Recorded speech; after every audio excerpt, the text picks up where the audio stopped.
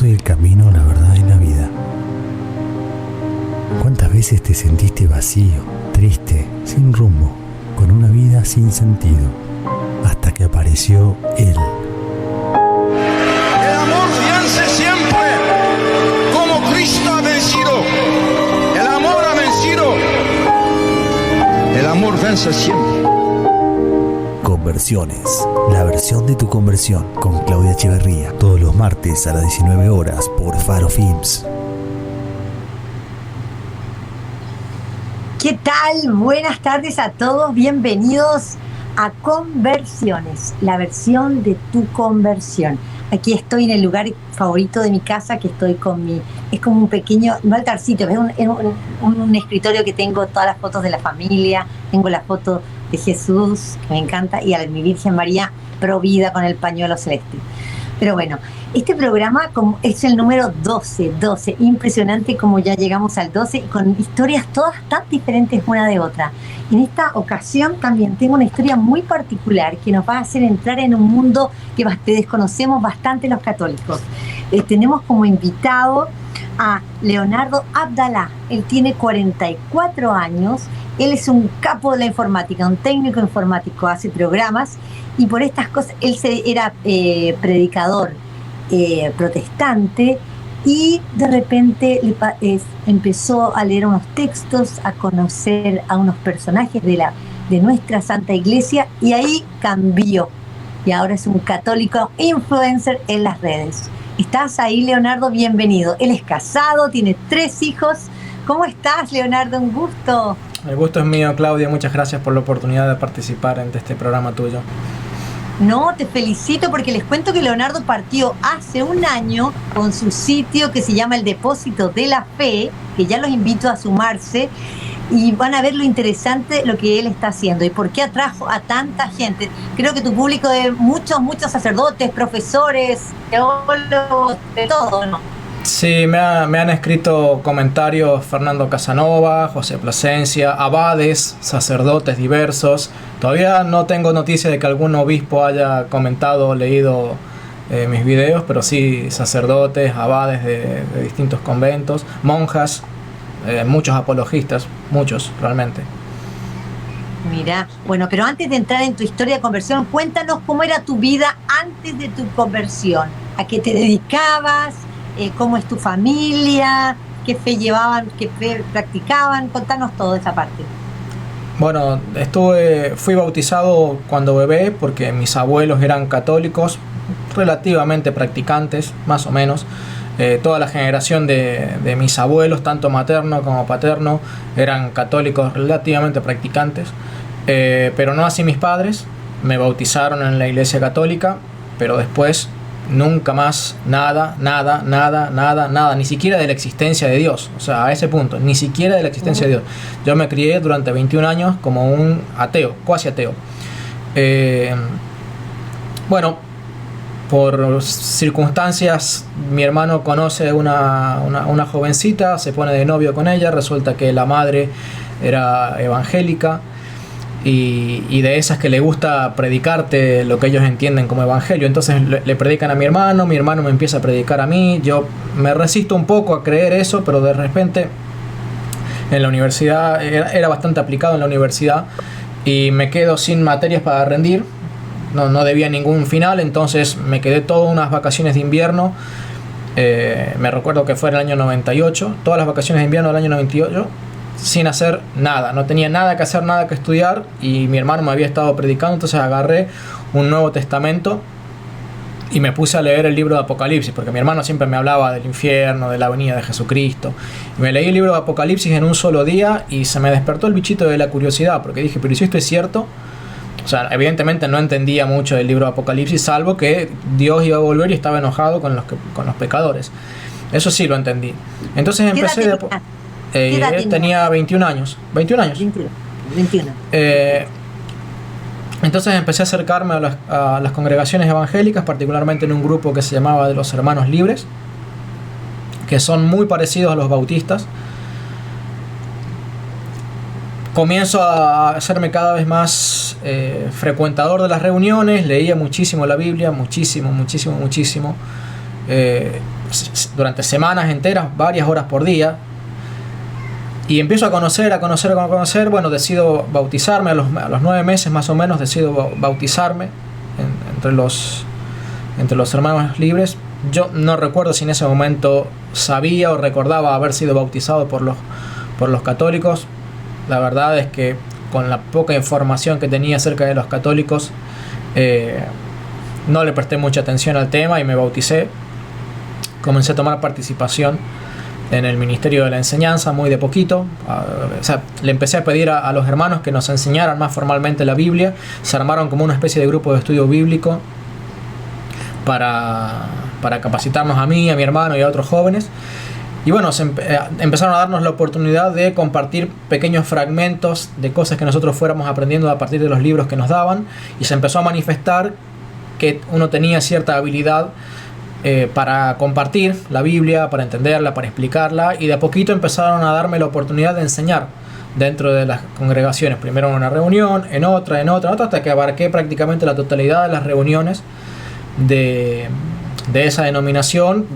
Con mucha frecuencia me empezaron a encargar grupos de jóvenes y de adultos incluso para hacer lo que vendría a ser como catequesis, digamos, en la Iglesia Católica, pero dentro de los grupos de los hermanos libres, algo que se conoce como la escuela bíblica dominical, que es uno durante todos los domingos del año va enseñando de diversas materias, por así decirlo, relativas mayormente a la Biblia. Así que fui creciendo en el ministerio de la enseñanza. En un momento dado siento la necesidad de venirme aquí a Buenos Aires, porque todo esto ocurrió en la provincia de San Luis. Yo vivía en la provincia de San Luis. Empecé a tener ciertas dudas sobre algunas doctrinas que enseñaban los protestantes, que no las veía tan claras enseñadas en la Biblia. Me parecía como había mucha especulación. Me empezaba a parecer que había cosas que podían enseñarse de otra manera, y que sin embargo los hermanos libres las afirmaban como muy tajante, y otras personas de otras religiones las enseñaban de otra manera y también sonaban como convincentes. Yo me preguntaba por qué los otros grupos religiosos también pueden enseñar de forma convincente sus creencias y ser totalmente y radicalmente diferentes a las creencias que yo tenía. Entonces es como que tengo la necesidad interna de decir, bueno, tengo que estudiar más en profundidad porque me tengo que definir. Yo veo que en la Biblia habla con mucha agresividad, por así decirlo, hacia los que enseñan doctrinas falsas. Les llama herejes, les llama anticristos, les llama predicadores de un falso evangelio, les llama anatemas. O sea, utiliza términos muy duros la Biblia para los que enseñaban falsas doctrinas. Entonces yo sentía esa necesidad de buscar un poco más en profundidad la verdad, y no tanto en la búsqueda solitaria detrás de un libro o de muchos libros que uno pudiera leer en esa época. Así que decido venirme aquí a Buenos Aires para estudiar en un instituto bíblico, y es ahí que dejo la provincia cuando tenía 29 años más o menos. 29, 30 años me mudo aquí a Buenos Aires y comienzo a buscar primero una congregación de hermanos libres en donde establecerme, para primero hacer una adaptación social y espiritual, digamos, a una nueva congregación, y después encarar, con más tiempo la búsqueda de un buen instituto bíblico.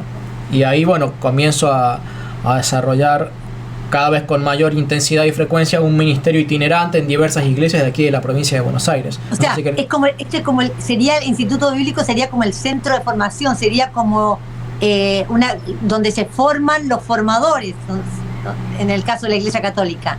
Sería como... Sí y no.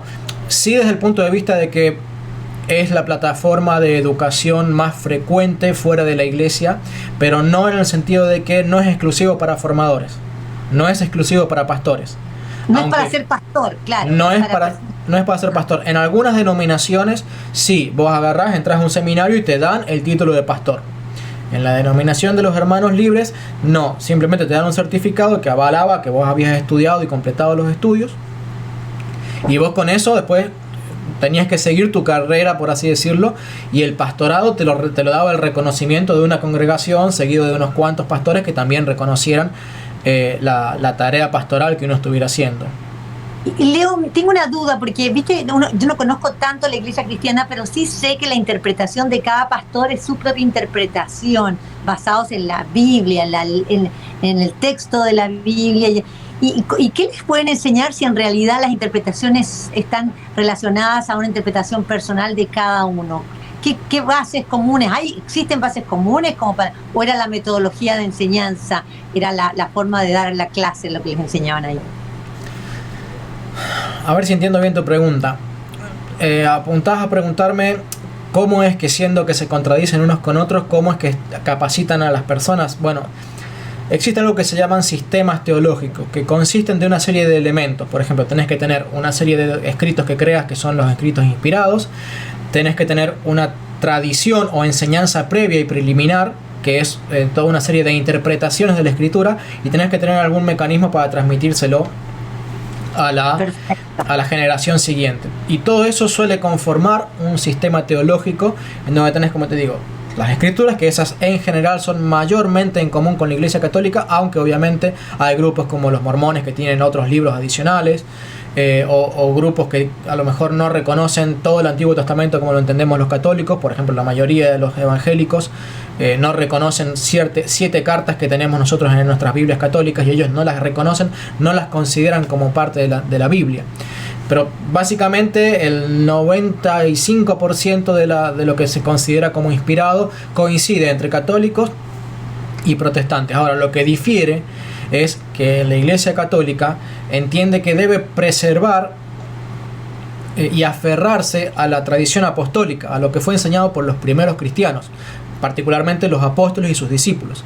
Mientras que entre el mundo de los protestantes en general, si yo no estoy de acuerdo con lo que enseña el pastor y tengo suficiente carisma o suficiente apoyo dentro de la congregación, o simplemente me voy de un portazo y abro y fundo otra denominación, lo puedo hacer porque yo estoy defendiendo la correcta interpretación, pero es la interpretación mía. O sea, nadie avala, nadie me apoya, por así decirlo, en cuanto a que mi interpretación sea mejor o peor, o mejor en algunos aspectos y peor en otros. O sea, simplemente yo la entiendo así, no me puedo llevar o poner de acuerdo con el pastor actual, y ¿qué hago? Me voy a otra congregación o fundo directamente otra cosa que alguna vez hasta me propusieron hacer.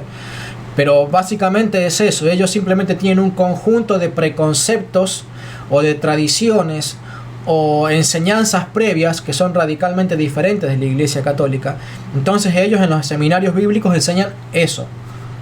Perfecto. ¿Y tu conversión fue en algún momento específico o fue progresiva en el tiempo? A ver, contanos cómo fue en qué momento tú decidas, te das cuenta o tienes la certeza de que esta no era la fe que tú buscabas. Tú buscabas que certezas fundabas en la fe católica. ¿Cuándo fue eso?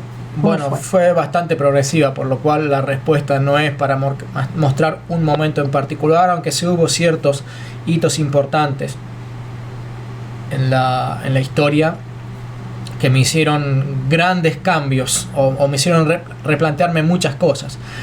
Primero, como te digo, me vine aquí a Buenos Aires pensando que iba a tener que buscar y profundizar en ciertas doctrinas que yo no me sentía seguro, particularmente o especialmente lo que entre los hermanos separados se conoce como el rapto pretribulacional, o la venida en secreto de Jesucristo, o el arrebatamiento. Ellos le llaman así, para que tu público lo pueda entender. La Iglesia Católica enseña que Cristo va a venir una única vez. O sea, ya vino una vez y va a venir por segunda vez en una única venida en gloria, visible a todo el mundo, a destruir al anticristo, a juzgar al mundo y a resucitar a los santos y glorificarlos. Pero entre algunos grupos, no en todos, pero entre algunos de los grupos de los hermanos separados, no todos lo creen, pero algunos sí, otros no, ellos creen que Jesucristo va a venir de una forma invisible, no pública, a resucitar a la iglesia y sacarla del mundo. Y cuando eso suceda, recién entonces se va a manifestar el anticristo.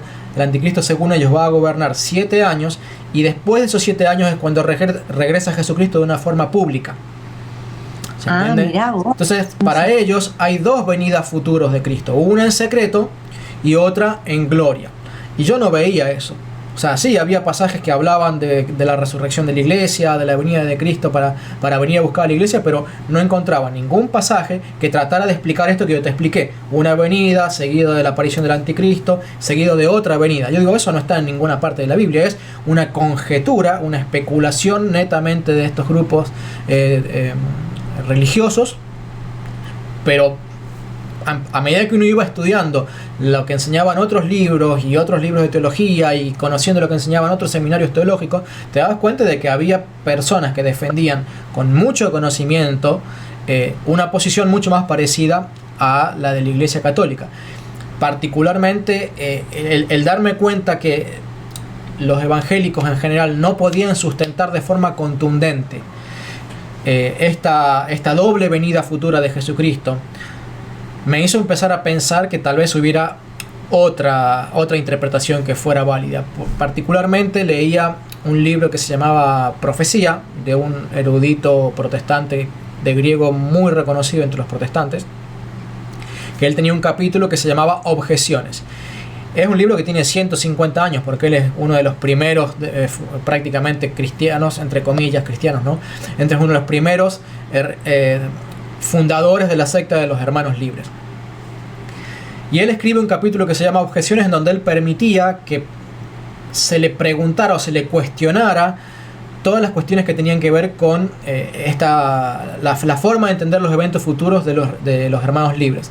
Y él trataba después de, a una objeción, dar su respuesta, otra objeción, dar su respuesta, otra objeción, dar su respuesta. Y lo que me fui dando cuenta es que las respuestas que daba a las objeciones de otros grupos protestantes eran muy débiles, que tenían más fuerza y más peso las objeciones que las excusas o razonamientos de este autor de este libro.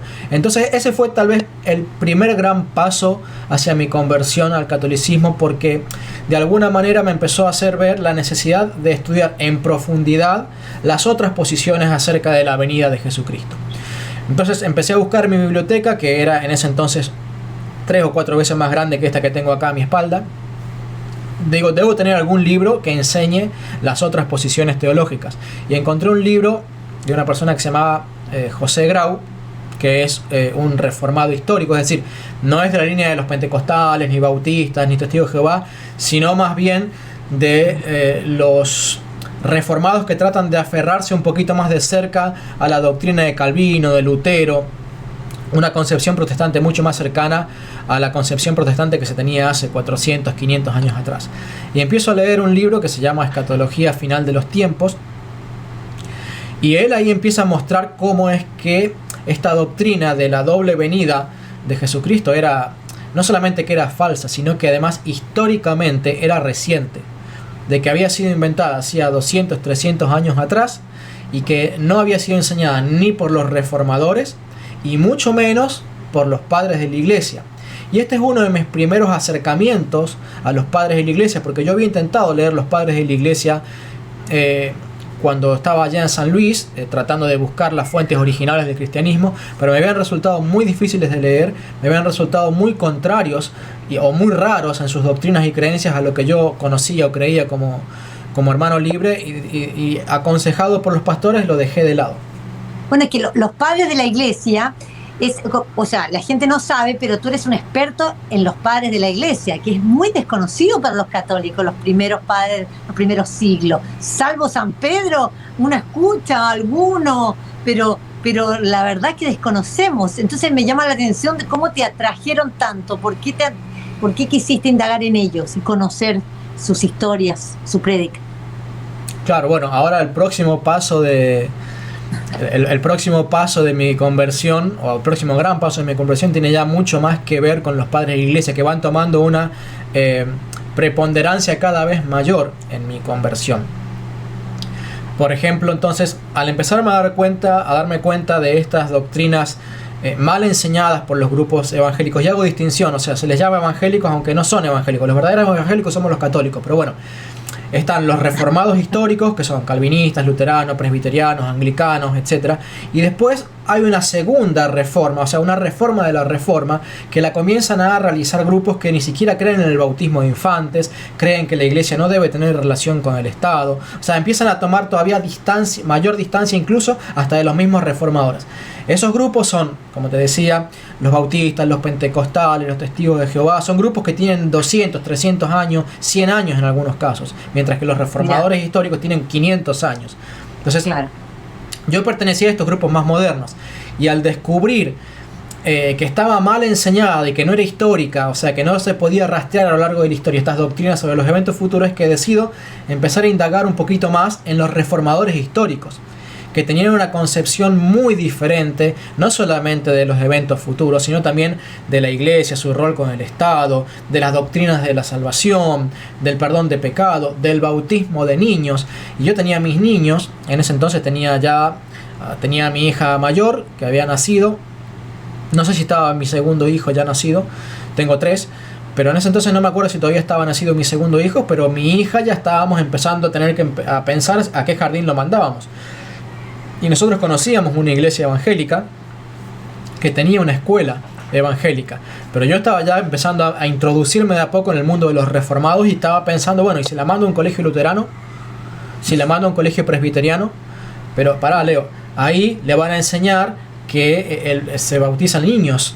Está bien, no se lo van a enseñar en los primeros años, pero se lo van a enseñar después. Y yo no creo en el bautismo de infantes. Entonces empecé a decir, bueno, pará, si yo me quiero introducir en el mundo de las religiones reformadas históricas, los reformados protestantes, luteranos, calvinistas, voy a tener que empezar a compenetrarme un poquito más de su teología. Así es que empiezo a estudiar la teología de diversos grupos, distintas confesiones a lo largo de los siglos, y veo que cuando ellos empiezan a defender el tema del bautismo de niños, ellos utilizaban a los padres de la iglesia. Claro, yo hasta ese entonces, yo no me había percatado, porque una cosa que me olvidé de decirte, cuando yo empiezo a estudiar en los seminarios bíblicos, empiezo a descubrir que también había algunas cuestiones con las doctrinas de la salvación que no me convencían mucho. Y yo decido salirme de los hermanos libres y me hago bautista. Tuve que abandonar mis estudios ahí en el instituto bíblico en el que estaba, que ya lo había terminado de cursar, pero no lo había terminado de rendir todas las materias, me quedaban 4 o 5 materias, pero yo ya estaba dando clases desde hacía un año en ese instituto bíblico. O sea, no lo había terminado, pero como tenía tan buenas calificaciones, los docentes de esa institución me habían dejado dar clases en ese instituto bíblico, lo cual me obligaba a profundizar todavía mucho más en los libros, porque tenías que estudiar delante de personas que te iban a hacer preguntas realmente muy difíciles de contestar en algunos casos. Y cuando me hago bautista, lo primero que hago es también meterme en los institutos bíblicos a seguir estudiando la Biblia en los institutos de ellos. Y al cabo de 2 años también me dan la oportunidad de enseñar en lo que se conoce como el CCBP, que es el Centro de Capacitación Bíblica para Pastores, con lo cual yo estaba primero como alumno y después empecé a ser docente en ese instituto, y con el tiempo, un año después, me empiezan a dar la oportunidad de ser docente en otro instituto bíblico de la región de una región de aquí de Buenos Aires. Entonces, con tanta carga ministerial relacionada a los institutos bíblicos, todo el tiempo estaba siendo consultado en cuanto a preguntas muy difíciles de responder, o tal vez preguntas que no eran triviales, porque eran preguntas que te podían hacer futuros predicadores o futuros pastores. Claro. Y eso me obliga a leer cierta bibliografía o a empezar a estudiar el tema de la Trinidad desde un punto de vista no simplemente, bueno, Dios son 3 personas en un Dios, sino meterme ya a los orígenes, y empiezo a buscar entre los padres de la iglesia y a leer la historia de la iglesia y los primeros teólogos de la iglesia cristiana.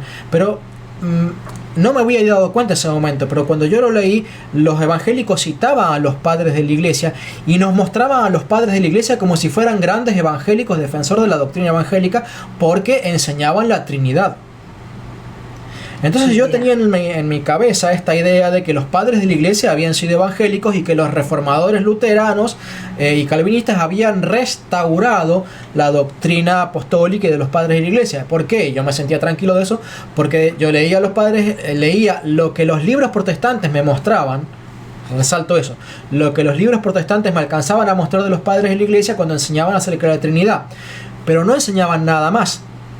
Ahora, cuando yo voy y me empiezo a poner a estudiar la doctrina de los luteranos y de los presbiterianos, que enseñaban el bautismo de los infantes, y empiezan a enseñar que los padres de la iglesia enseñaban que los niños debían ser bautizados, yo dije, caray, ¿cómo es esto? Yo he leído algunas cosas de los padres de la iglesia y me habían enseñado que los padres de la iglesia eran evangélicos.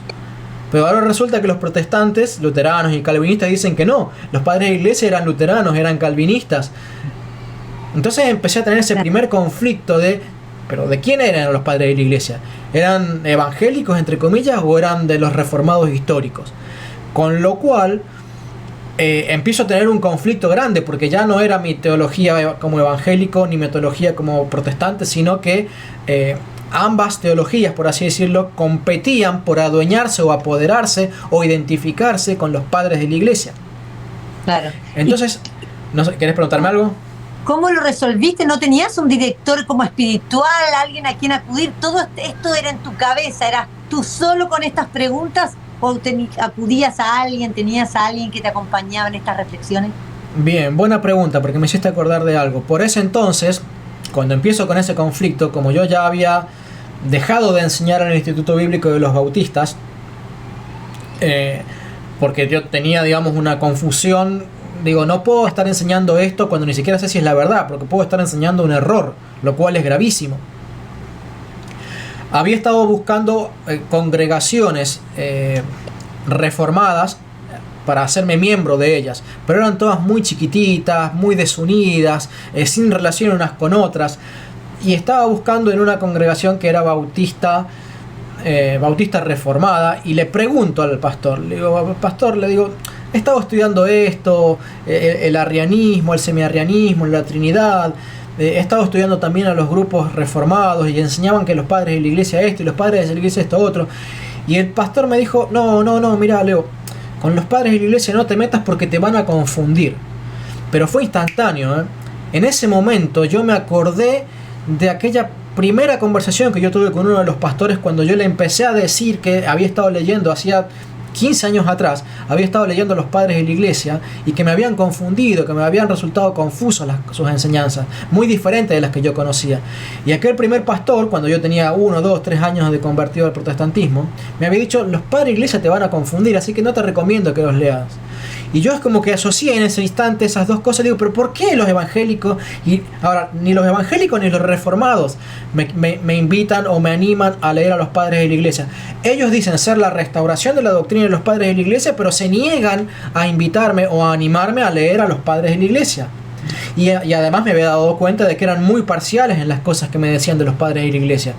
Los evangélicos solamente se limitaban a cuestiones de la resurrección de Cristo, la muerte en la cruz y la Trinidad. Y ya los reformados empezaban con un poquito del tema del bautismo de niños, el tema de los sacerdotes, la ordenación sacerdotal y otras cosas. Y digo, pero entonces, ¿cuál de los dos está diciendo la verdad acerca de los padres de la iglesia?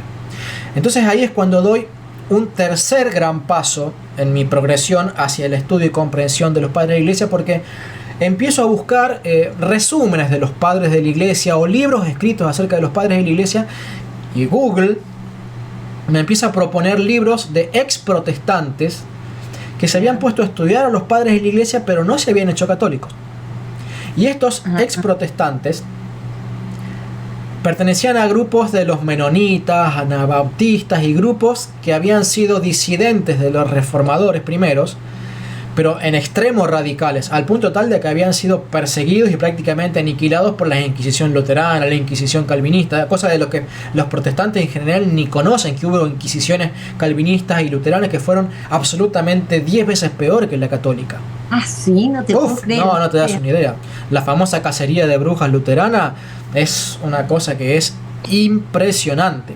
La impiedad con la que trabajaban estos grupos, porque al punto tal de que había grupos dentro de la Iglesia Católica que eran extremadamente radicales en su intención y su malicia al aplicar la Inquisición. Aplicaban torturas totalmente despiadadas, y la iglesia, cuando leyó los manuales de inquisidores que esta gente hacía, dijo: esto es absolutamente del diablo, es más diabólica que las doctrinas que pretenden combatir, y expulsó a esos libros y a esos sacerdotes y lo que fuera que enseñaban que estuvieran dentro de la iglesia católica, los expulsó, los declaró herejes. ¿Y qué hicieron los protestantes? Tomaron esos libros y los adoptaron como sus libros de inquisición. Entonces, lo que la Iglesia Católica rechazó como Inquisición, los protestantes lo adoptaron como su forma de Inquisición y fueron absolutamente despiadados. Totalmente. Perdona, ya que eres sabes tanto del tema, me resulta muy interesante y me siento muy ignorante respecto de este tema. Y aprovecho de preguntarte esto: ¿en qué momento, después de toda la revelación de Cristo, su venida, ellos se separan y nos sigue, estas primeras comunidades se empiezan a sentir independientes y empiezan a sentirse poderosos. ¿Hay algún líder, un nombre, así? ¿Cómo surge esto? Ok, bueno, hay una respuesta corta para eso y una respuesta larga. La respuesta larga te la voy a dar a lo largo del testimonio más adelante. A vos, que sabés tanto y que venís fuiste predicador en esa. Bueno, la respuesta corta es: todo comienza con una de las tantas revoluciones que hubo contra la Iglesia Católica, particularmente con la de Martín Lutero. ¿Y por qué se destacó la de Martín Lutero? Porque tenía una fuerza de voluntad tremenda y consiguió el apoyo de los líderes y políticos alemanes, que vieron en Martín Lutero una forma de despegarse de los impuestos que les reclamaba el Imperio Romano.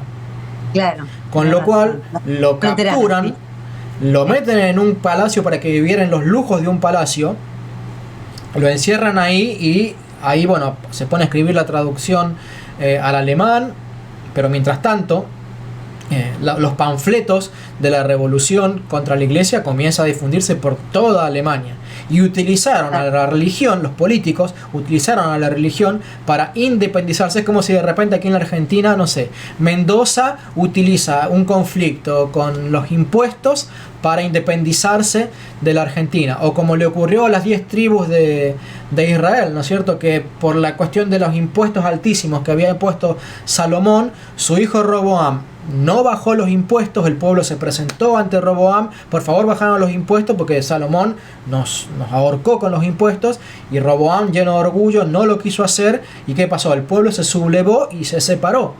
Bueno, eso exactamente fue lo que pasó con Alemania. Por negligencia o por rebeldía propia, pero los alemanes se separaron por una cuestión económica, pero utilizaron... No espiritual, y utilizaron la Iglesia. Utilizaron esta reforma, esta revolución, que puede haberse justificada en algunos aspectos, en algunos nada más, no en todos, y lo utilizaron para independizarse. Y después otros países hicieron lo mismo, cada uno quiso independizarse, ¿no? Se hizo un efecto. Entonces, la respuesta corta es por medio de Lutero. La respuesta larga es esto en realidad ha ocurrido siempre. Siempre. Después vino Calvino y después vinieron varios, o sea, como que se abrió a un paraguas enorme. Exacto. Bueno, yo les invito, porque en mi canal, para los que no lo saben, yo tengo un canal en YouTube que se llama El Depósito de la Fe, donde abordo muchos temas relacionados a los padres de la Iglesia, apologética católica, particularmente contra el protestantismo, pero también en defensa de las propias doctrinas católicas, mostrando su originalidad y antigüedad. Ahora bien, claro, yo le preguntaba a Leonardo eso, si la apologética era solo contra, mientras estábamos en el backstage, si era solo contra el cristianismo que interpretaba mal la Biblia, o si también hacía promoción de todo esto tan lindo y que desconocemos, todo este acervo de conocimiento que desconocemos. Exacto. Hace las dos cosas. Las dos cosas, y aclaro que cristianos somos los católicos. Los protestantes se hacen llamar cristianos, pero en realidad no lo son. Si fueran cristianos, seguirían los sacramentos mandados por Jesucristo, seguirían en la iglesia fundada por Cristo, seguirían los mandamientos de Cristo, aceptarían el sacerdocio de Cristo, y no se inventarían ni una nueva iglesia, ni un nuevo sacerdocio, ni un nuevo mandamiento, ni fundarían 100.000 sectas diferentes. O sea, nosotros, los católicos, somos los verdaderos cristianos, somos los verdaderos evangélicos, y ellos son simplemente una imitación, y en boca de los padres de la iglesia son la cizaña sembrada por el enemigo.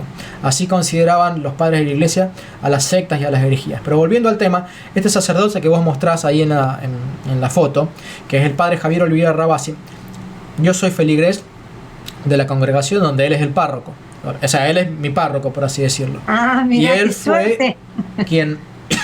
uno de los sacerdotes que me catequizó cuando yo me convertí. Pero a lo que voy, él tiene un canal que se llama Que no te la cuenten, que es un canal de apologética histórica.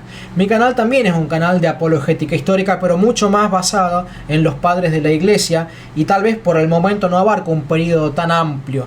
Pero en cambio el padre Javier sí es mucho más de hablar de la reforma y de los problemas de la iglesia actual. Con lo cual, para ver todos estos temas de la reforma y de la Inquisición, les recomiendo varios videos que tiene en el canal Que no te la cuenten, que son muy buenos y más profundos, porque él es un especialista en lo que es la historia de la iglesia toda. Yo me enfoco más que nada en los padres de la iglesia. Tú sabes que me sorprende algo, porque muchos del sacerdote al padre Olivera Rabasi lo conocimos muchos ahora por la lucha pro vida y toda esta causa, pero están hace mucho tiempo también vos, es como que en el fondo todo este acervo de la iglesia y todos estos laicos que están informándonos a través de las redes sociales es una riqueza impresionante. Creo que ha sido sumamente positivo. Y ojalá después de este programa muchos te sigan, porque necesitamos formarnos un montón. Bueno, invito a todos a suscribirse porque realmente van a encontrar material. Uno no tiene que echarse flores a sí mismo, pero todo lo que a mí me hizo católico y cosas que después he ido profundizando cada vez más, las voy volcando en diferentes videos que hago, y bueno, evidentemente ha encontrado una cierta aceptación porque, como te dije, muchos apologistas, sacerdotes, monjas han conocido los videos y los siguen con cierta regularidad, además de, bueno, un montón de laicos. Yo los invito a que puedan ver el canal, pero quisiera poder retomar un poquitito el tema de mi testimonio, porque en este adentrarme y conocer a los padres de la iglesia desde la perspectiva de estos reformadores disidentes, ya sean los anabautistas, los menonitas, me hizo realmente cuestionarme muchas cosas, porque allá no era un grupo que reclamaba la doctrina de los padres de la iglesia para sí, sino que había 3 grupos y todos enemistados. O sea, cada uno de estos grupos tiene diferentes denominaciones dentro de ese grupo. Entonces tenés a los evangélicos, que son un montón de denominaciones que se los podría llamar de esa manera. Tenés a los reformados históricos, y a la vez están estos reformadores disidentes que eran mucho más radicales, como te dije, menonitas, anabaptistas, que ellos sí citaban muchísimo a los padres de la iglesia, pero muchísimo, especialmente a Tertuliano. Y tenían libros y libros y libros, y me sorprendió porque ellos empezaban a refutar las doctrinas o los dogmas principales de los protestantes. Estos grupos disidentes refutaban que hubiera sola escritura, refutaban que la salvación sea solo por gracia o solo a fide. O sea, los grandes dogmas de los protestantes eran refutados por estos grupos que yo a duras penas conocía por nombre, pero no por doctrina. Y entonces los empiezo a estudiar muy superficialmente, ¿no? Porque ya es como que empezaba a sentirme cada vez más atraído por los padres de la iglesia, pero al ver una y otra vez en los libros que ellos escribían la cantidad de cosas que enseñaban los padres de la iglesia que eran total y absolutamente contrarias a lo que a mí me habían enseñado como hermano libre o como bautista, yo dije, ¿cómo puede ser que los bautistas, hermanos libres, pentecostales, todos digan ser la restauración de los padres de la iglesia cuando vienen los menonitas y los anabaptistas y me están enseñando que los padres de la iglesia creían cosas radicalmente opuestas a los pentecostales, los bautistas, incluso a los luteranos y los calvinistas? Claro. Y es entonces cuando yo empecé a decirme, ¿y qué tal si empiezo a prescindir por completo de los libros protestantes y me dedico a leer a los padres de la iglesia directamente, a las fuentes originales, conseguirme los escritos de los padres de la iglesia? Obviamente ya con 21 años ya de protestante, o sea, yo te dije 21 años de inconverso, 21 años de protestante, y ya estaba ahí en el camino de hacerme católico, aunque la iglesia católica para mí, cero, Yo hasta el momento te he citado todos grupos protestantes, libros protestantes, y yo de católico cero. Nada. No había leído nada. Yo le iba compartiendo todas estas cosas a mi esposa y estábamos entusiasmados porque estábamos descubriendo que cada vez íbamos descubriendo más las fuentes originales, y estábamos descubriendo o empezar a entender de a poquito algunas doctrinas de la iglesia primitiva, y a darnos cuenta que era realmente muy diferente de las congregaciones protestantes. Bueno, tu conversión es como la de Scott Hahn, de Hogar, Dulce Hogar. Por eso me acercaron, me dijeron, lo que le pasó a Leonardo es como Scott Hahn. Es que muy parecida. Es muy parecida, aunque tal vez la mía es un poco más radical en algunos aspectos, y él se distingue porque, bueno, evidentemente él tuvo muchos más estudios formales, llegó a tener un ministerio mucho más importante que el mío a nivel de reconocimiento, pero sí tiene muchos aspectos en común. Y voy a mostrarte algunos aspectos en común más a futuro a medida que te vaya comentando el testimonio. La cuestión es que yo le veía comentando a mi esposa todas estas cosas y estábamos de alguna manera entusiasmados, ella me apoyaba, iba medio reticente en algunas cosas, pero las iba aceptando a medida que yo se las iba explicando. La cuestión es que decido entonces ponerme a leer directamente a los padres de la iglesia, y lástima que no me di cuenta de tenerlo acá, pero tengo allá, a ver, lo señalo, este libro que está ahí, Padres Apostólicos, que me lo prestó un sacerdote que empecé a consultar después, pero todavía no lo tenía. Y después otro libro que está acá detrás de ese libro que está ahí, detrás de ese barquito, que representa la barca de Pedro y al lado de Cristo, Está bien. que se llama Padres Apostólicos, de Daniel Ruiz Bueno. Me compré ese libro y empecé a bajarme los libros de internet, y ese librito de Padres Apostólicos contiene los padres de la iglesia del siglo I y la primera mitad del siglo II. Y los empiezo a leer. Están los relatos de los martirios, hay cartas de obispos a otras iglesias, cartas de obispos a otros obispos, cartas de apologistas, cartas de profetas, cartas hasta de un papa. Y cuando empiezo a leer eso digo, pero pará, esto todavía es como más grande el problema todavía, porque ahora empiezo a descubrir, y aquí es donde empiezo a darme cuenta que algunas doctrinas católicas que yo no las conocía, porque yo de la Iglesia Católica lo único que conocía era por libros anticatólicos que había leído. María, Madre de Dios. ¿Y yo qué conocía de María, Madre de Dios? Y lo que los evangélicos enseñan acerca de Madre de Dios, que la estábamos deidificando, que le estamos asignando como que le está dando origen a la deidad. María siempre virgen, no, olvidate. O sea, conocía todas las calumnias hacia la Iglesia Católica, y eso es lo único que conocía de la Iglesia Católica. Ahora, cuando empiezo a ver y a leer a los padres de la Iglesia sin que haya libros protestantes que me enseñen o me interpreten a los padres de la iglesia, empiezo a darme cuenta que percibo ciertas doctrinas católicas, hasta incluso empiezan a llamarle iglesia católica.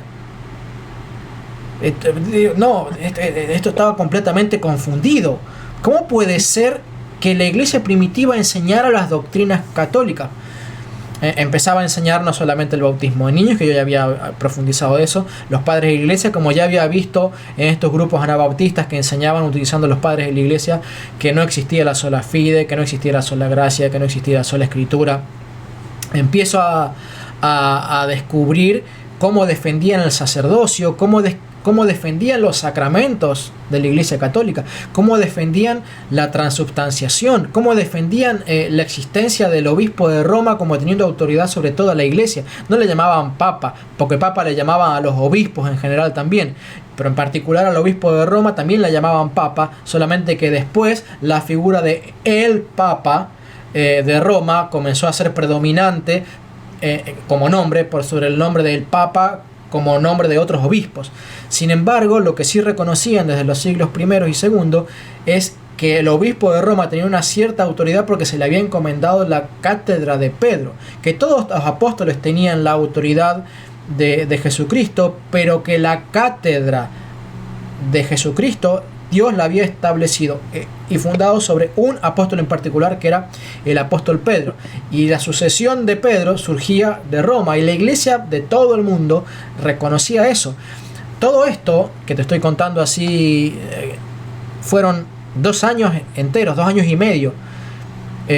Fueron 1 año y medio de empezar a estudiar a los reformados, o sea, dejar de ser evangélico o bautista para empezarme a ser reformado durante 1 año y medio, y después durante 2 años o 2 años y medio para empezar a hacerme católico y empezar a ver todas estas doctrinas en los padres de la iglesia. ¿Qué pasa? Y acá hay otra cosa que es parecida con el caso de Scott Hahn, ¿no? Que cuando yo le empiezo a contar de las cosas que empiezo a leer en los padres de la iglesia, cuando se les empiezo a contar a mi esposa se cruza de brazos, así me dice, Leo, ¿la iglesia católica? No, no, anda vos si querés, pero yo nunca.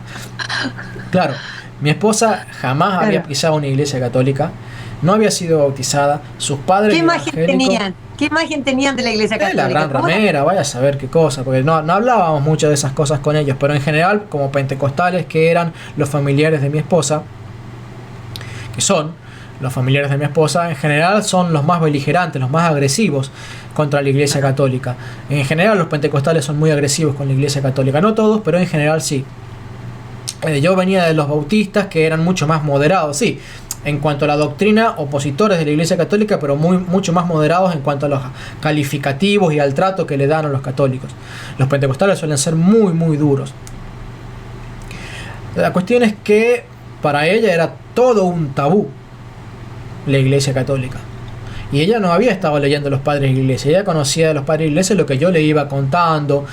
Y otra cosa, me acuerdo que por esos días mi madre, que vivía en San Luis, se vino unos días, un par de semanas acá a Buenos Aires a conocer, no me acuerdo si a mi hija mayor creo que ya a mi segundo hijo. Creo que vino a conocer a mi segundo hijo que había nacido y ella no lo conocía. Entonces estuvo 15 días acá y yo agarré, imprimí todo un compendio de versículos de los padres de la Iglesia que había obtenido a partir de libros de protestantes, y se los empecé a mostrar a ella. Yo en ese entonces todavía no era católico, pero ya había empezado a consultar con sacerdotes católicos, había empezado a visitarlos y a frecuentarlos, y justo se dio que en esos días el sacerdote con el que yo me frecuentaba se había ido de un viaje misionero al interior del país, y como mi mamá estaba acá, yo no quería pasar, yo iba a hablar con un sacerdote para seguir haciéndole preguntas, porque tenía varias preguntas un poquito complicadas, y mi mamá me dijo, ¿puedo ir con vos? Y yo estuve dubitativo un poco, y bueno, sí, está bien, vení conmigo. Y cuando voy y visito a ese sacerdote, resulta que ese sacerdote era modernista y enseñaba que todas las religiones cristianas son cristianas, que vos podés salvarte entre los pentecostales, podés salvarte entre los bautistas, podés salvarte en cualquier religión. Dice, me decía así, te va a ser un poquito más difícil salvarte, pero te vas a poder salvar, porque son cristianos. Y yo no sabía dónde meterme, porque estaba entre la confusión de acabar de descubrir que hubieran sacerdotes que pudieran enseñar semejante cosa, que era total y radicalmente opuesto a lo que enseñaban los padres de la Iglesia, porque los padres de la Iglesia eran totalmente enemigos de las sectas y de cualquier cismático, al punto que decía San Ignacio de Antioquía, un discípulo del apóstol Pablo, del apóstol Pedro y del apóstol Juan, dice, si alguno sigue a un cismático no heredará el reino de Dios. Así de simple y así de claro. Si alguno sigue a un cismático no heredará el reino de Dios. Entonces yo, claro, digo, ¿qué son los cismáticos? Un cismático es un pentecostal, un bautista, un luterano, un presbiteriano. Todo eso son cismas de la Iglesia. Y si alguno sigue y se hace miembro de esas cismas, apostatando de la fe católica, enseñaban los obispos, no solamente San Ignacio, después lo descubrí en la Biblia también, en otros obispos. Dice, si vos te vas de la Iglesia Católica para hacerte parte de un cisma, dice, no vas a heredar el reino de Dios. Esa era la enseñanza católica original. Ahí te preguntaba, alguien preguntó recién por la pantalla, que si tiene un amigo pentecostal o si tendría que advertirlo, ¿qué le aconsejás con todo tu conocimiento, con lo que acabas de decir? Bueno, te propongo algo, Claudia. Cuando termine el testimonio, sí, hacemos toda una ronda de preguntas y respuestas. Claro. Para que no se corte y no quede, digamos, el testimonio cortado. Claro, que justo apareció justo la pregunta cuando vos estabas contando hacia dónde se iba. Haceme acordar que toquemos ese tema entonces, porque es un tema muy importante. Entonces, yo quedé muy confundido con lo que dijo el sacerdote y estaba ahí entre la disyuntiva que hago. Lo confronto al sacerdote. ¿Qué voy a confrontar yo a un sacerdote? ¿Quién soy yo? Ni siquiera soy católico. ¿Qué le voy a andar diciendo que andaba enseñando cosas contrarias a lo que enseñaba la Iglesia Católica en los primeros siglos? Así que con tacto traté de agarrar y decirle, sí, mami, lo que este sacerdote con mucha amabilidad y mucho tacto está tratando de decirte es que vos tenés que hacerte católica, porque si no, no puedes ser salvo. Lo que pasa es que él te lo está diciendo de una manera mucho más amable. Yo soy medio tosco, medio duro para decir las cosas, pero él seguramente es mucho más estudiado que yo y te está diciendo las cosas con mucho más empatía. Empatía, sí, claro. La cuestión es que medio como que la piloteé como pude, pero no pude ocultar después el gran desánimo que eso me produjo Le digo, ¿cómo es esto? Yo tengo a mis amigos, porque yo ya le había estado compartiendo a mis amigos, a mis amigos y hermanos de la iglesia, todo este proceso. Claro, mientras yo les compartía de que me estaba haciendo reformado, encontraba muchos adherentes de que también se estaban haciendo reformados, porque también este tema de YouTube estaba logrando de que muchos conocieran las doctrinas de los reformados, que en muchos aspectos son mucho mejores que las doctrinas de los bautistas. Entonces hay todo un movimiento dentro de los bautistas, pentecostales, hermanos libres, de volver a la reforma. Okay. Pero yo profundicé mucho más que ellos y me fui a los padres de la iglesia, y cuando voy a los padres de la iglesia y le empiezo a decir a mis amigos reformados o que estaban en proceso de reformarse al igual que yo, que los padres de la iglesia enseñaban las doctrinas católicas, de una sola patada me fletaron de su casa, pero al punto tal de que mis mejores amigos me dijeron: Leo, andate de mi casa, no te puedo recibir, estás enseñando falsas doctrinas, y me expulsaron de su casa de mala manera. Uy, qué duro. Mis mejores amigos, personas que se habían quedado a dormir en mi casa, en noches y noches interminables de reuniones con los jóvenes en mi casa, y que a ellos les quedaba incómodo volverse a su casa, y bueno, yo les tiraba un colchón ahí en el comedor y listo, quédense a dormir ahí en casa para que mañana a la mañana se puedan ir a su casa y no tengan que irse de madrugada. O sea, gente con la que compartí todo. ¿No era más fácil para ti volver a lo de antes y decir, bueno, voy a perder a mis amigos, ¿qué me estoy haciendo? ¿Nunca tuviste dudas del camino que estabas tomando? Sí, sin duda, y por eso estuve 4 años. Porque si no, en cuanto hubiera empezado a leer a los padres de la iglesia, al toque me hubiera hecho católico.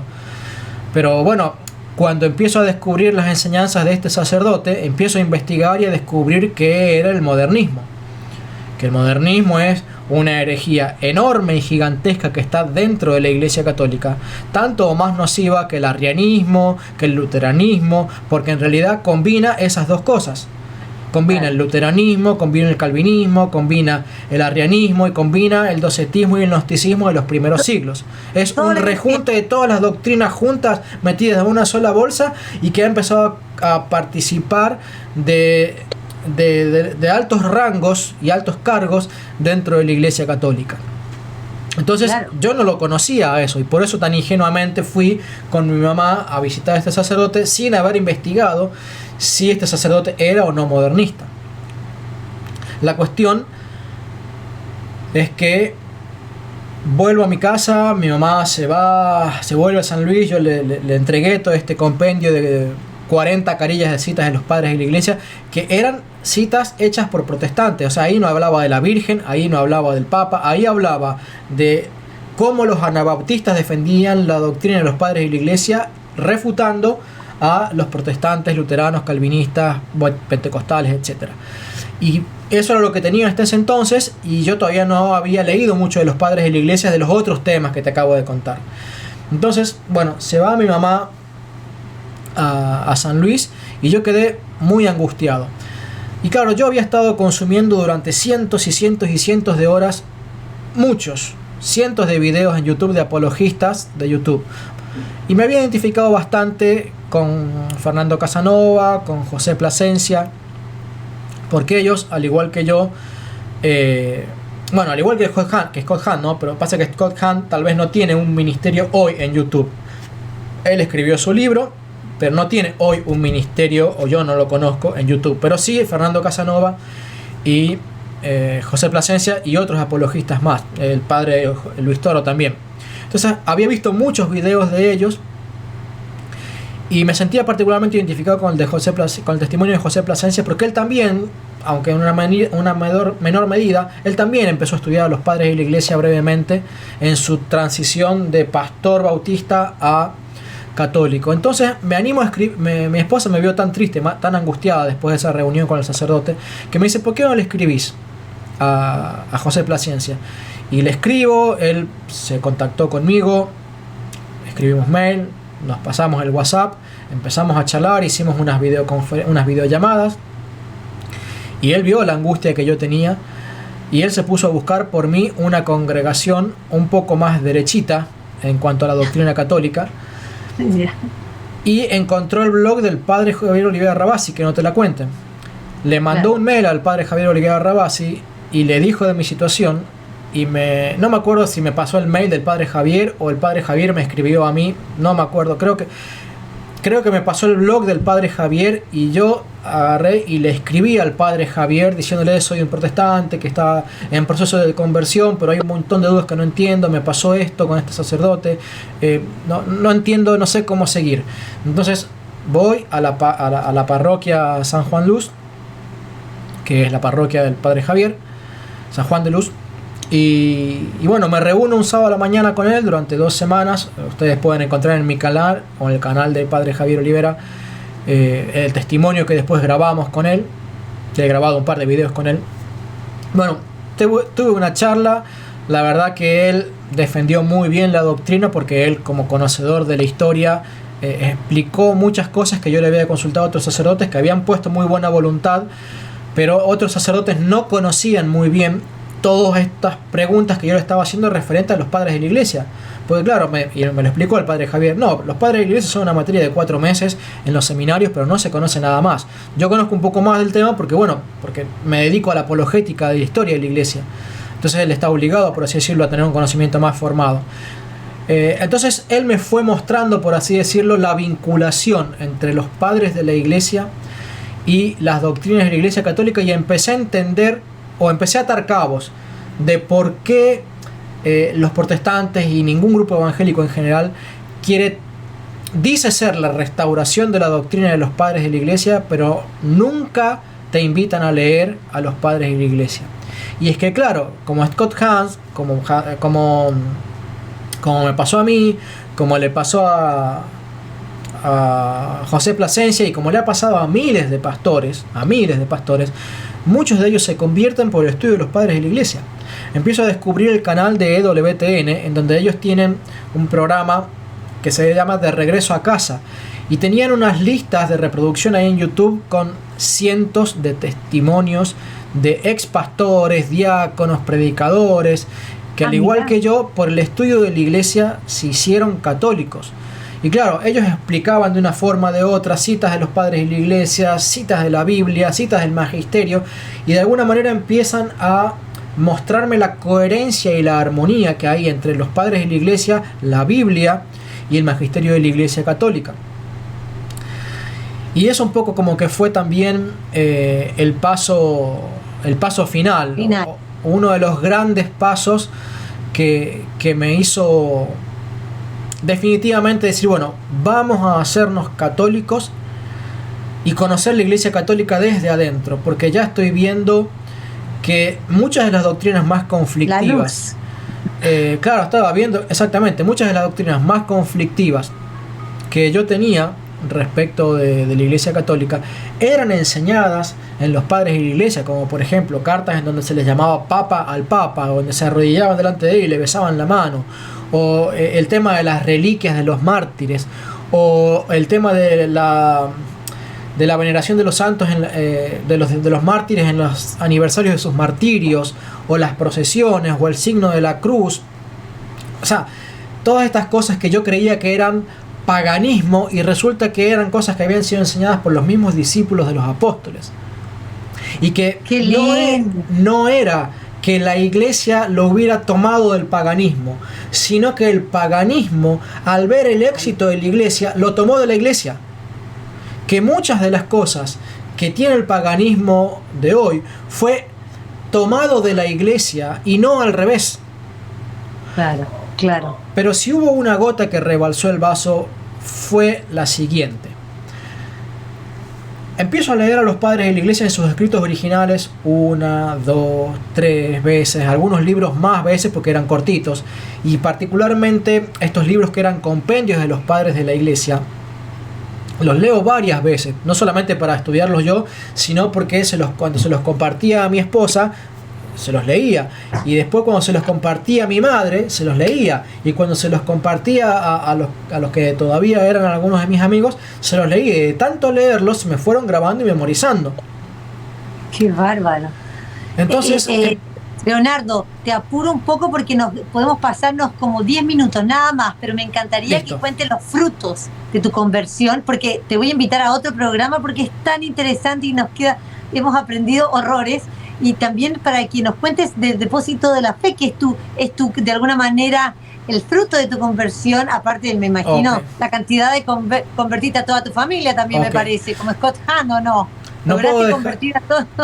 No puedo dejar de mencionar esto, Claudia, y es que la gota final fue de tanto leer los versículos que hablaban de los padres de iglesia acerca de los herejes, empiezo a comprender cuáles eran las doctrinas de los herejes y qué creían los herejes y cuál fue la grandísima sorpresa de mi vida, que las doctrinas de los evangélicos y de los protestantes son las mismas doctrinas de los herejes del siglo I, siglo II, siglo III, siglo IV. Ok. Entonces a mí se me dio vuelta toda la torta. No solamente que yo creía que la Iglesia Católica era una iglesia muerta, torcedora de las doctrinas apostólicas, y que los protestantes éramos los restauradores de la doctrina apostólica. No, era al revés. Los defensores de la doctrina apostólica, testimoniada por los padres de la iglesia, era la Iglesia Católica. ¿Y qué habíamos hecho los protestantes? Repetir las mismas perversas doctrinas de los herejes de los primeros siglos que habían sido expulsados por los apóstoles en persona. Y empiezo a descubrir un montón de versículos de la Biblia que hablaban de aquellos herejes y que refutaban las mismas doctrinas que yo creía. Versículos que los habría leído cientos de veces como protestante y nunca los había entendido. Como quien agarra y lee algo con la luz apagada y no lee nada. Lee pero no entiende nada. ¿Ok? Qué fuerte. Sí, tan fuerte que eso fue particularmente lo que me hizo entender que yo debía contárselo a otras personas. Y por eso es que no me conformé con simplemente hacerme católico y bueno, buscar de qué manera servir dentro de la Iglesia Católica, ya totalmente humillado. Digo, ¿qué voy a enseñar la Biblia yo? ¿Qué voy a enseñar acerca de los padres de iglesia? Ya estuve en la teología de los en la teología de los bautistas y estuve equivocado. Estuve en la teología de los luteranos y calvinistas y presbiterianos y estuve equivocado. Me metí en la teología de los menonitas y estaba equivocado. O sea, ¿qué derecho y autoridad voy a enseñar yo la Biblia? No tengo ni ganas de enseñar la Biblia. Pero tenía algo que no me dejaba tranquilo, y es que Dios, como Atalaya le había dicho a Jeremías, si no se lo decís a tus hermanos y si no se lo decís a tus conocidos, voy a demandar su sangre de la tuya. Dice, yo te doy esto para que vos se lo digas a los demás.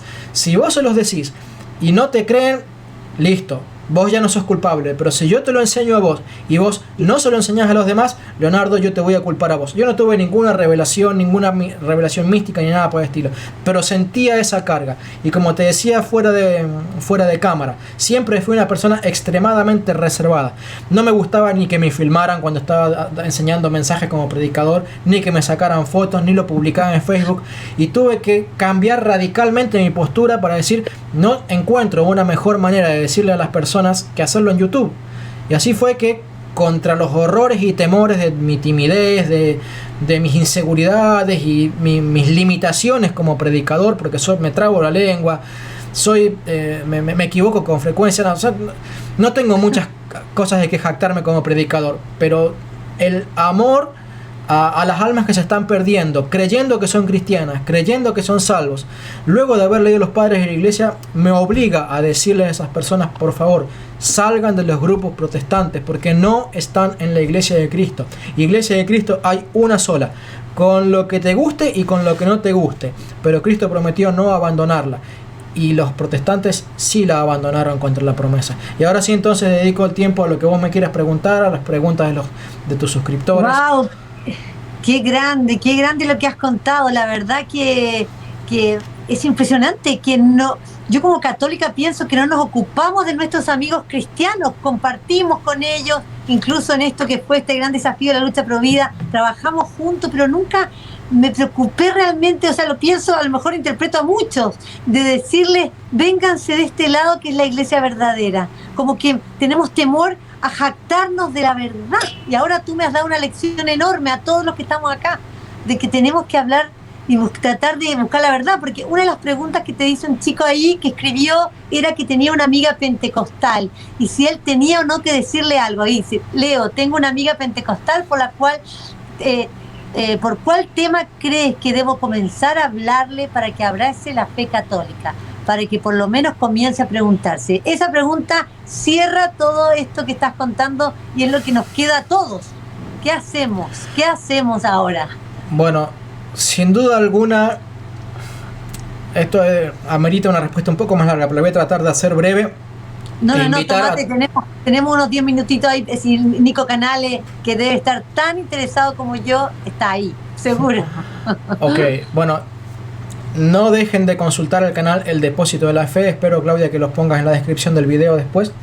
Sí. Para que vayan, porque allí ahí profundizo mucho más en esto que voy a decir ahora. Los hermanos separados, hay dos clases de hermanos separados: los bien intencionados y los mal intencionados. Hay congregaciones donde los pastores son bien intencionados, creen buscar la verdad, creen tenerla, pero como es su verdad contra la verdad de otro pastor, ninguno de ellos se pone de acuerdo, simplemente se mantienen indiferentes unos de otros, cada uno encerrado en su, entre comillas, propia verdad y su propia denominación. Hay otros que son completamente deshonestos, solamente buscan el dinero, y aún hasta los propios protestantes los aborrecen a ellos y los tratan de falsos profetas. Quiero dirigirme particularmente a los que son bien intencionados. No los trates como personas que de por sí son personas que son enemigos de Dios.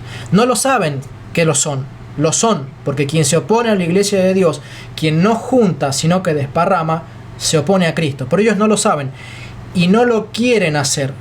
Si supieran que lo están haciendo, si fueran conscientes de que están atentando contra el mayor atributo de la iglesia, que es la unidad de la iglesia, ellos no se comportarían como se comportan. Ellos realmente creen que están haciendo un servicio para Dios al calumniar a la iglesia católica. Pero lo primero que quiero decirte es: no empieces con estas, en general, no empieces a tratar de convencer a un protestante de María, ni de los santos, ni de esas cosas. ¿Por qué?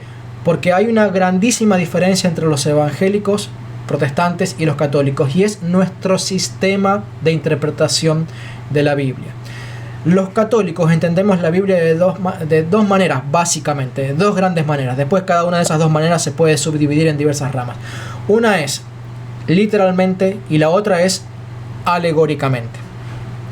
Alegóricamente significa que entendemos que si bien las historias del Antiguo Testamento y algunas del Nuevo son interpretables literalmente, entendemos también que hay un sentido espiritual en ese pasaje. Por ejemplo, cuando Dios llama a Israel a salir de Egipto para traerlo a la tierra de Canaán, y después el apóstol Mateo cita que esa profecía no se cumplió respecto de Israel, sino que en el Nuevo Testamento esa profecía se cumplió de Cristo, porque Dios llamó de Israel a su Hijo Jesucristo para traerlo de nuevo a la tierra prometida. Eso sería una interpretación alegórica. Bueno, la doctrina católica se basa especialmente en los sacramentos, en la interpretación alegórica del Antiguo Testamento. Y a los hermanos separados les enseñan que el Antiguo Testamento no se puede interpretar alegóricamente, salvo algunas excepciones. Entonces, si vos a un hermano separado le intentás predicar de los sacramentos y le intentás predicar de María y todas estas cosas que están en profecías que realmente requieren un nivel de conocimiento previo importante, te van a tomar por loco. No te van a entender. Creo que lo primero y lo más básico por lo que podés empezar es mostrarles, primero, la continuidad histórica de las doctrinas de la Iglesia Católica durante los primeros siglos y de qué manera los padres de la Iglesia enseñan las doctrinas católicas. Las primeras y más simples, y creo que son las más importantes, son que la Iglesia primitiva no creía en la sola fide, que la Iglesia primitiva no creía en la sola Escritura. Entendamos qué es sola Escritura. A ver, sola Escritura entienden de diversas maneras los protestantes, incluso entendiéndola como suprema Escritura y no como sola Escritura. Pero debemos mostrar cómo es que la Biblia y los padres de la Iglesia enseñan que los obispos y la Iglesia tienen la autoridad de interpretar la Biblia, pero no solamente la autoridad de interpretar la Biblia, sino además de establecer una interpretación oficial de la Biblia. Y esa es una gran diferencia con el mundo protestante, porque todos los pastores se consideran con derecho de interpretar la Biblia, pero ninguno de ellos se arroja el derecho de tener una interpretación oficial o universal o única para toda la iglesia. Entonces, lo que tenemos que mostrarle es cómo es que la iglesia primitiva enseña estas cosas que enseña la iglesia católica. Que hay interpretadores oficiales, que hay una doctrina única, como dice el apóstol Pablo, una sola fe. La iglesia tiene una sola fe. Y no se puede enseñar otra fe diferente de la iglesia, de la doctrina original. Por eso dice Pablo que el que predica otro evangelio se hace un anatema de Dios. Tal vez esa persona no sabe que está predicando un evangelio diferente. Tal vez no lo hace con mala intención, pero lo está haciendo. Y la Biblia dice que el que predica otro evangelio se hace merecedor del anatema de Dios. De manera que, ¿qué seguridad tiene un protestante de que no está enseñando un falso evangelio? Si viene, por ejemplo, un bautista, enseña un evangelio diferente al del pentecostal, un testigo de Jehová enseña el diferente al de un mormón, un anglicano diferente al de un luterano, y así, todos diferentes con todos. ¿Cuál es el verdadero? ¿Enseña la Biblia que hay un único depósito de la fe, una única verdad, una única fe que debe ser guardada sin corrupción? ¿O enseña la Biblia que hay muchas fees muy distintas unas de otras? Claro. No, la Biblia enseña una sola fe. Y yo creo que, por lo menos eso fue en mi caso, lo que a mí me convenció de que debía buscar esa fe, esa verdadera. ¿Cuál es la iglesia que la tiene? Y no conformarme con que estoy en una linda congregación con buena música y con buenos amigos, y como aquí predican a Cristo, me quedo tranquilo y cómodo de que estoy en la iglesia de Cristo. No, señor, la iglesia de Cristo es una sola y hay que buscarla de todo corazón. Y los padres de la iglesia nos enseñan que la única iglesia que tiene armonía entre la enseñanza de los padres de la iglesia, la Biblia y su magisterio, es la iglesia católica.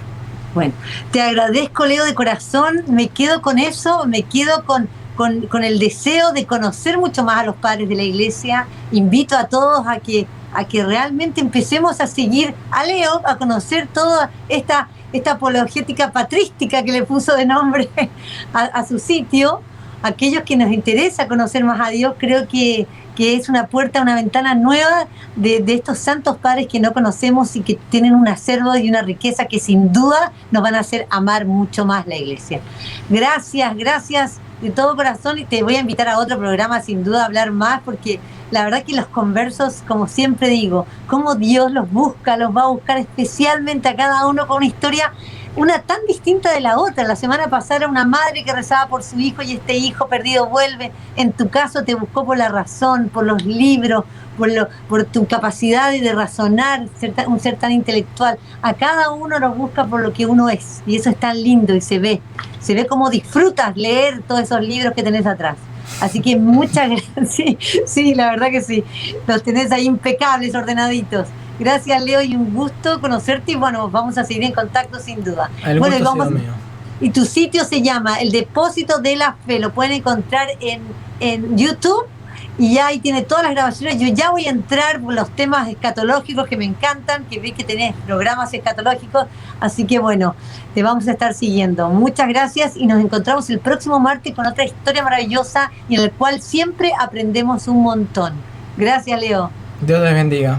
Gracias, Nico, y a todos el resto los invito a Precursores, el programa de los primeros que iniciaron la lucha pro vida. Así que los invito a que la vean. Nos vemos el próximo.